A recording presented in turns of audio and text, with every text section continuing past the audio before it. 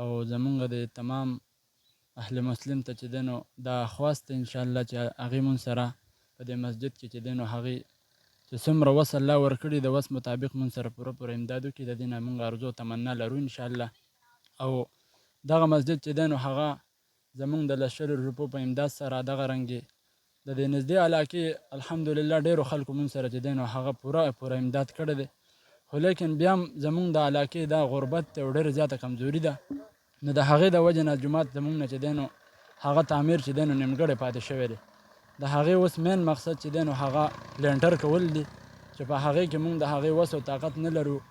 نو د هغې دپاره انشاءالله د ټول مخلوق ته زمونږ چې دی نو دا اعلان دی چې مونږ سره د هغې پوره تعاون وکړی شي او مونږ ته د سهولت چې دی نو کم از کم مونږ ته میلو شي. کم از کم زمونږ د ماشومانو ته دغه رنګې د درس د موقع الله ورته لاس پکې او دغه رنګې زمونږ د مشران چې دي نو هغې ته به د 15 وخته منځونو د سعادت چې دی نو میلاو شي. نو ما سره چې انشاءالله رابطه کوي نو ما نمبر خپله باندې مې اکاونټ شته د ټلینار نمبر باندې چې 0349 57 97 494 نمبر باندې چې دی نو رابطه کولی شي.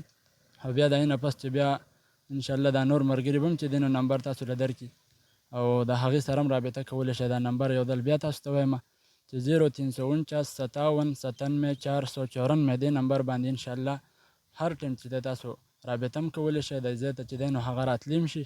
مین مسله د دې محلې د دې جومات ته چې تقریبا داسې 50+ کورونه دي او د دې دا جومات چې کوم دی ډانچه رسېدلې ده د خپلو لاسو په امداد سره او د یو د بل په دغه رنګې امداد سره چې د 100 روپو چاندې په شکل کې هغې دا جومات جوړ کړی. اوس د دې مین مسله د لنټر ده چې هغې باندې کومه خرچه کېږي نو هغه زموږ د وس نه بار ده. د هغې دپاره یو عام اپیل دی د هر چا په حق کې چې څوک دا ثواب ګټل غواړي نو هغه موږ سره د دې لپاره چې کوم دی هغه کومک کولی شي. او انشاءالله چې بیا دې کې به درسونه هم کېږي د ماشومانو، ځکه چې دلته بل ځای هم داسې نشته، مدرسه هم نشته دی او بل د درس داسې ځای هم نشته دی.